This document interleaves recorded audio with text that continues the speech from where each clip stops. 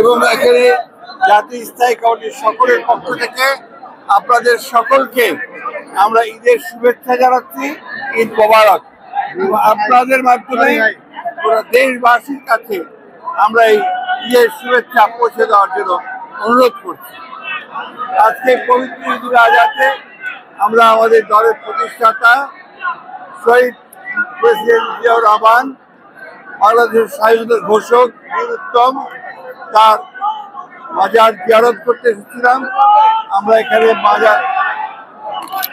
মাজার জিয়ারত করেছি এবং পরম করুণার কাছে আমাদের শহীদ প্রেসিডেন্ট জিয়াউর রহমানের আনসার মাগফিরাত কামনা করেছি। আমরা একই সঙ্গে আমাদের শহীদ প্রেসিডেন্ট জিয়াউর রহমানের ঘনিষ্ঠ পুত্র এবং আমাদের কপুর আমরা আত্মার মাগফিরাত কামনা করেছি। একই সঙ্গে বিগত গণতান্ত্রিক আন্দোলনগুলোতে যারা প্রাণ দিয়েছেন, শহীদ হয়েছেন, তাদেরও আত্মার মাগফিরাত কামনা করেছি।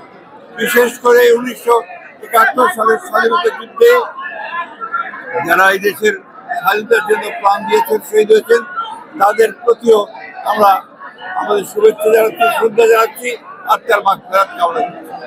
এবং গণতন্ত্রের জন্য বিগত 15 বছর এবং জুলাই আগস্টে যারা শহীদ হয়েছেন, তাদের প্রতিও শ্রদ্ধা ও তাদের আত্মার মাগফিরাত।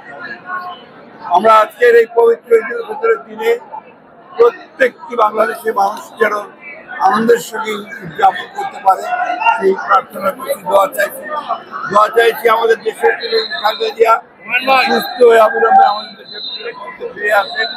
আল্লাহ তাআলার কাছে দোয়া চাইছি যে আমাদের নেতা তারেক রহমান অতি শীঘ্র আমাদের মাঝে ফিরে আসেন।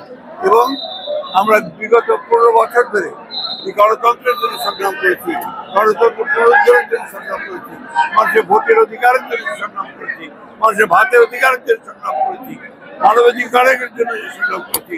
সেই সংগ্রাম যেন প্রতিষ্ঠিত হতে পারে সেই জন্য আমরা পরম আল্লাহ তাআলার কাছে দোয়া করেছি।